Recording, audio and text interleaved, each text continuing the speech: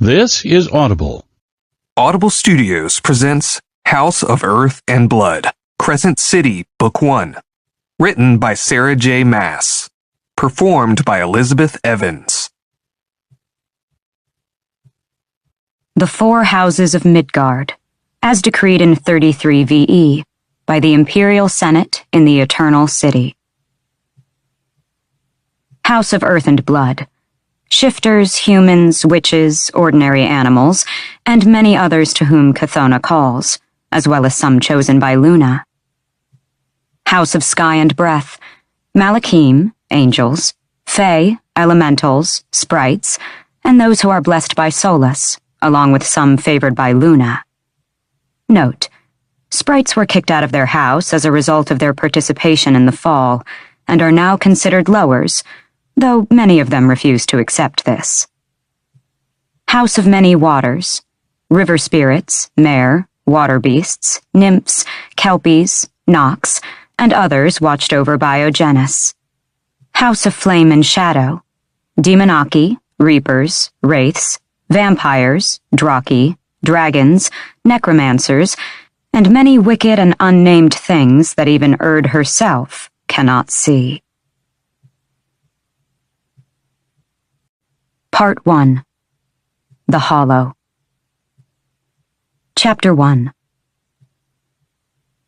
There was a wolf at the gallery door, which meant it must be Thursday, which meant Bryce had to be really goddamned tired if she relied on Danica's comings and goings to figure out what day it was. The heavy metal door to Griffin Antiquities thudded with the impact of the wolf's fist, a fist that Bryce knew ended in metallic purple-painted nails, in dire need of a manicure. A heartbeat later, a female voice barked, half muffled through the steel, "Open the hell up, B. It's hot as shit out here." Seated at the desk in the modest gallery showroom, Bryce smirked and pulled up the front door's video feed. Tucking a strand of her wine-red hair behind a pointed ear, she asked into the intercom, "Why are you covered in dirt? You look like you've been rootling through the garbage." "What the fuck does rootling mean?" Danica hopped from foot to foot, sweat gleaming on her brow. She wiped at it with a filthy hand, smearing the black liquid splattered there. "You'd know if you ever picked up a book, Danica." Glad for the break in what had been a morning of tedious research, Bryce smiled as she rose from the desk. With no exterior windows, the gallery's extensive surveillance equipment served as her only warning of who stood beyond its thick walls.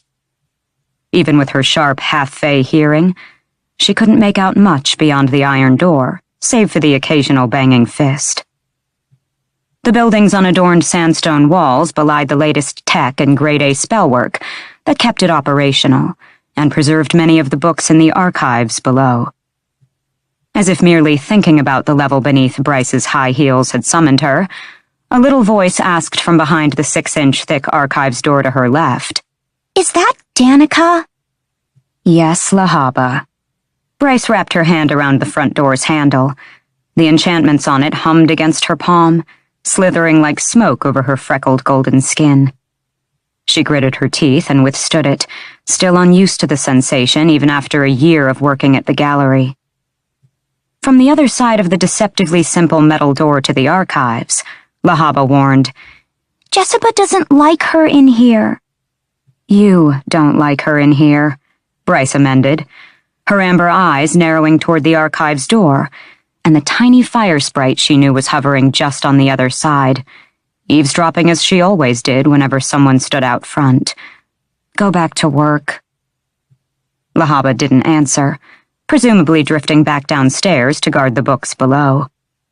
Rolling her eyes, Bryce yanked open the front door, getting a face full of heat so dry it threatened to suck the life from her, and summer had only just begun. Danica didn't just look like she'd been rootling through the garbage, she smelled like it too.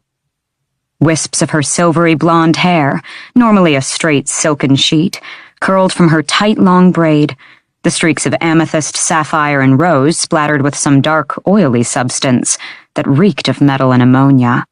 "Took you long enough," Danica groused, and swaggered into the gallery, the sword strapped